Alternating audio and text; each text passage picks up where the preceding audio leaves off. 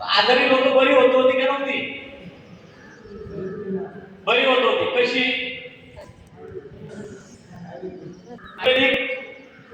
औषधांच्या माध्यमातून तुम्ही सर्व जे आजार आहेत ते बरे करत होते.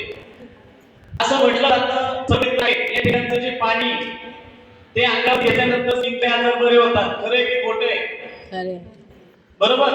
म्हणजेच काय, जे आयुर्वेदाचे जे गुणधर्म आहेत ते गुणधर्म त्या ठिकाणी त्या पाण्यामध्ये उतरलेले आहेत. आणि अगदी असंच जे जुने पुन्हा नव्याने ओळख करून देण्यासाठी आज या ठिकाणी सगळे जे पाहुणे आहेत त्या पाहुणे ओळख करून देणं हे माझं कर्तव्य आहे.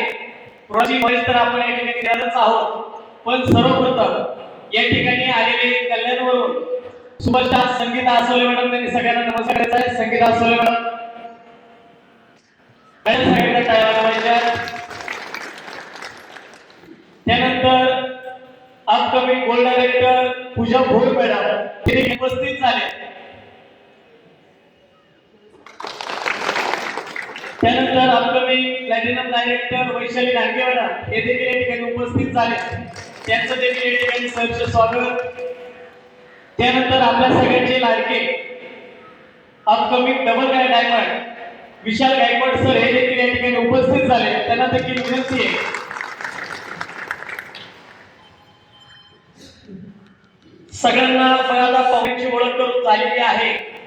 मला आजपासून बोलायला कधीच आवडत नाही. तुम्ही जर बोला तर बोलायला थोडंसं काय वाटेल, उत्साह वाटेल.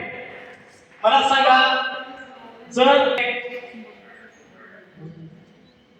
आपलं डोकं दुखलं तर काय करतो आपण?